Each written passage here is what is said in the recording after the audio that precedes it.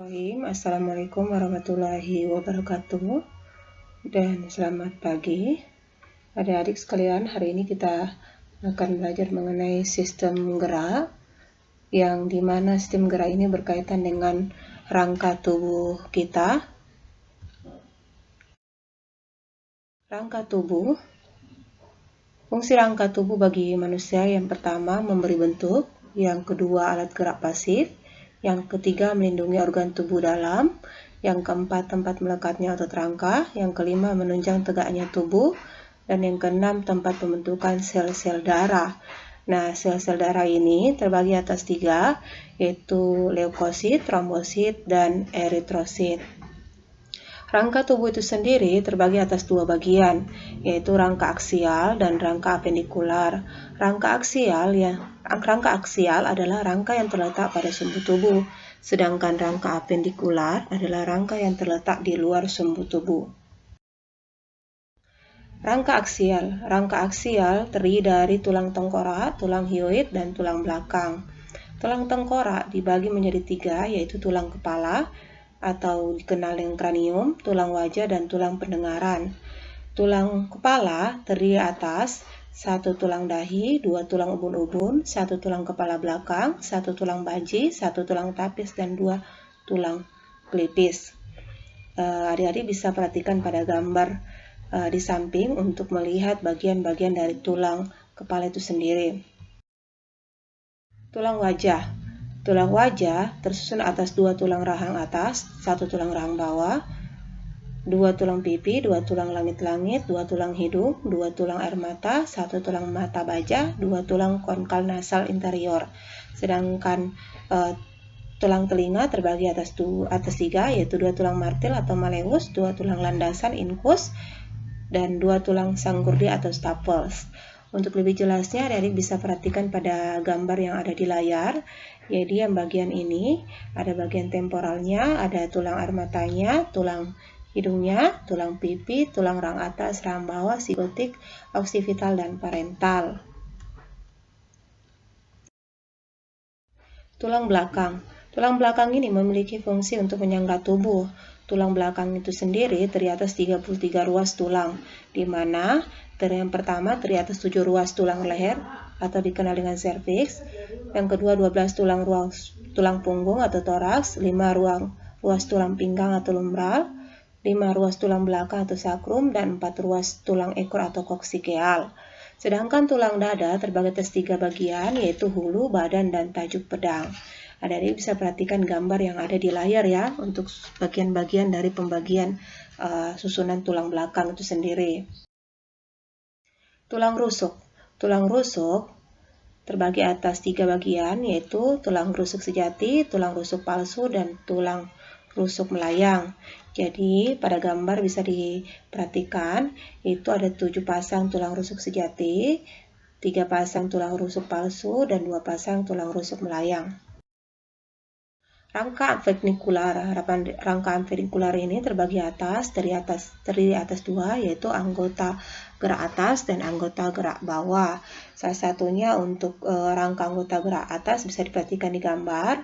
Ada gambar bagian lengan, di mana ada tulang bahu, ada tulang lengan atas, kemudian lengan bagian tengah terdiri atas tulang pengupil dan tulang hasta, kemudian tulang pergelangan tangan dan jari-jari tangan.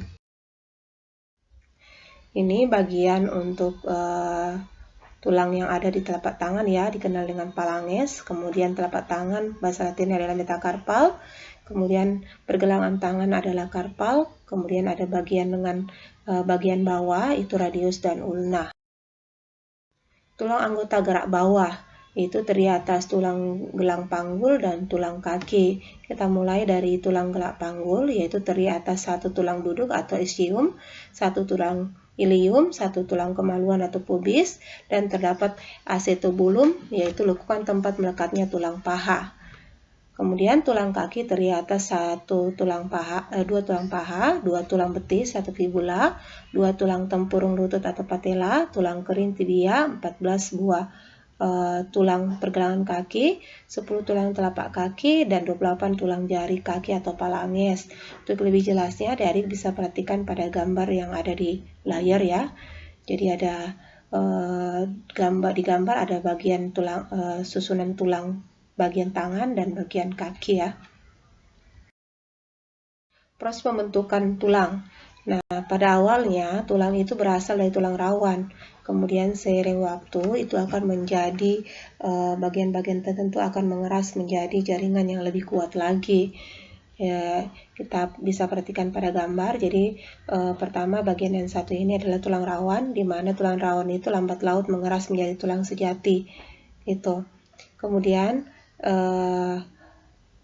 seiring waktu pembuluh darahnya juga akan berkembang ya, menjadi yang lebih keras lagi. Gitu. Nah, rongga dari gambar ini bisa dijelaskan ada 4 proses pembentukan tulang. Yang pertama, rongga di tengah tulang terisi oleh sel-sel pembentukan tulang atau osteoblast. Kemudian sel-sel tulang terbentuk secara konsentris, pembentukan dari dalam ke luar sel sehingga kelihatan tulang tersebut lebih kokoh ya seiring waktu atau seiring bertambah usianya dari seorang manusia. Kemudian saluran Hervas terbentuk akibat adanya sel osteosit yang melingkari pembuluh darah dan sel saraf sehingga membentuk saluran Hervas. Yang keempat, proses pengerasan tulang dinamakan dengan ostifikasi. Itu lebih jelas di gambarnya ya. Jenis tulang terbagi atas 2, yaitu tulang rawan dan tulang keras. Tulang rawan itu sendiri tersusun atas 3 bagian, yaitu sel tulang rawan kondrosit, kemudian sel pembentuk atau kondribia, kemudian lapisan pembungkus tulang atau perikondri. Macam-macam tulang rawan ada 3 macam, yaitu tulang rawan hialin, tulang rawan fibrosa, dan tulang rawan elastis. Jadi ini adalah tulang rawan hialin, ini fibrosa, kemudian yang gambar ini adalah elastis. Jadi tulang rawan hialin itu berada pada saluran pernapasan, rangka janin, ujung tulang rusuk. Sedangkan tulang rawan fibrosa itu penampakannya buram, keputihan, dan keras, berada di antar tulang belakang. Antar ruas tulang belakang ya. Kemudian tulang rawan elastis bentuknya buram kekuningan, dia berada di bagian telinga luar dan epiglotis. Tulang keras atau lebih dikenal dengan osteon. Osteon prognator merupakan sel khusus yang mampu berdiferensiasi menjadi osteoblast. Sedangkan osteoblast sendiri merupakan sel tulang muda yang membentuk osteosit. Osteosit merupakan sel-sel tulang dewasa, sedangkan osteoblast merupakan sel yang berkembang dari monosit dan terdapat di sekitar permukaan tulang. Fungsi osteoblast untuk perkembangan, pemeliharaan, perawatan, dan perbaikan tulang. Pembagian tulang keras. Jadi pembagian tulang keras itu terbagi atas 2, yaitu tulang kompleks dan tulang spon. Tulang kompleks ciri-cirinya adalah matrisnya rapat. Matrisnya rapat antara saluran Hervas dihubungkan oleh saluran Volkmann. Kemudian kalau tulang spon terdiri dari trabekula, kemudian rongga di trabekula diisi dengan sumsum merah. Bentuk tulang. Bentuk tulang ada 3 bagian, yaitu tulang pipi, tulang pendek, dan tulang pipa. Tulang pipi terdapat pada tulang tengkorak, tulang rusuk, dan tulang belikat. Sedangkan tulang pendek bentuknya tidak beraturan, berada pada tulang belakang, tulang jari-jari tangan, dan jari-jari kaki. Sedangkan tulang pipa bentuknya silindris, berada pada tulang paha, tulang lengan atas. Hubungan antar tulang. Diatrosis atau banyak gerakan. Ya, jadi amfitrosis disebut dengan sedikit gerakan. Dia berada pada hubungan ruas tulang belakang, dan antara ruas belakang dan rusuk. Kemudian sinetrosis tidak dapat digerakkan. Ini ada 2 bagian sinetrosis. Jadi sinetrosis sinfibrosis dan sinetrosis sinprosis. Ini gambarnya ya. Peluru, luncur. Macam-macam gerakan yang melibatkan sendi tadi ada ekstensi fleksi, yaitu gerakan meluruskan dan membengkokkan. Itu berada pada bagian kaki ya. Kemudian abduksis itu gerakan menjauhi badan dan mendekati badan. Kemudian depresi elevasi menurunkan atau mengangkat, sedangkan supinasi pronasi adalah menengadah tangan menelungkup dan menelungkupkan tangan. Di gambarnya ya. Jadi elevasi, depresi, aduksi ini ya. Macam-macam otot. Otot itu terbagi atas 3 macam, yaitu otot lurik, otot polos, dan otot jantung. Ciri-ciri dari otot lurik adalah melekat pada rangka tubuh, dia bergerak secara sadar, tersusun dari miofibril berinti sel banyak, inti sel di pinggir, berwarna gelap terang atau berselang-seling. Ya kayak ini ya. Ini ciri-ciri otot polos berbentuk gelondong berisi sel 1, inti sel terdapat di tengah, berwarna polos, kerja tak sadar, tidak mudah lelah, dia berada pada saluran ya. Kemudian otot jantung ciri-cirinya berinti banyak, terletak di tengah, berlurik-lurik seperti otot lurik, memiliki cabang, kerja tak sadar. Tentu namanya otot jantung berarti dia terletak pada otot jantung. Mekanisme kerja otot ini melibatkan filamen aktin, filamen miosin, sarkomer, vita A, dan zona H. Kontrol kontraksi ototnya itu bisa kita perhatikan di gambar, di mana jika otot berada pada fase istirahat, maka tropomiosin menutupi tempat pengikatan miosin, sedangkan troponin berikatan dengan Ca+ berakibat tempat pengikatan miosin menjadi terbuka. Gitu.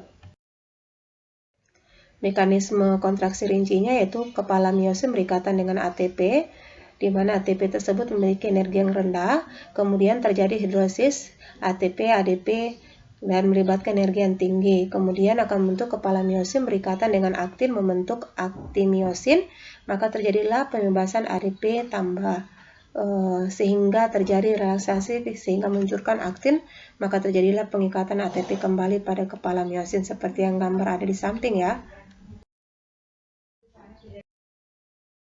Gangguan pada sistem gerak, yaitu ada 3, yaitu pertama rakitis, mikrosefalus, akromegalin.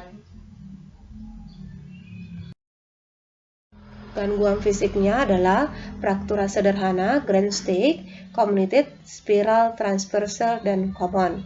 Jadi common itu salah satunya adalah patah pada tulang ya, kemudian spiral patah memutir. Ini bisa lebih jelasnya diperhatikan pada gambarnya ya. Gangguan tulang belakang terbagi atas 3, yaitu lordosis, kifosis, dan skoliosis.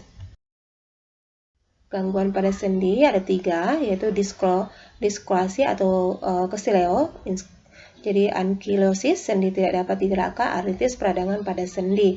Sedangkan peradangan pada sendi ini terbagi atas 3 lagi, ada namanya reumatoid, gout arthritis, dan osteoarthritis.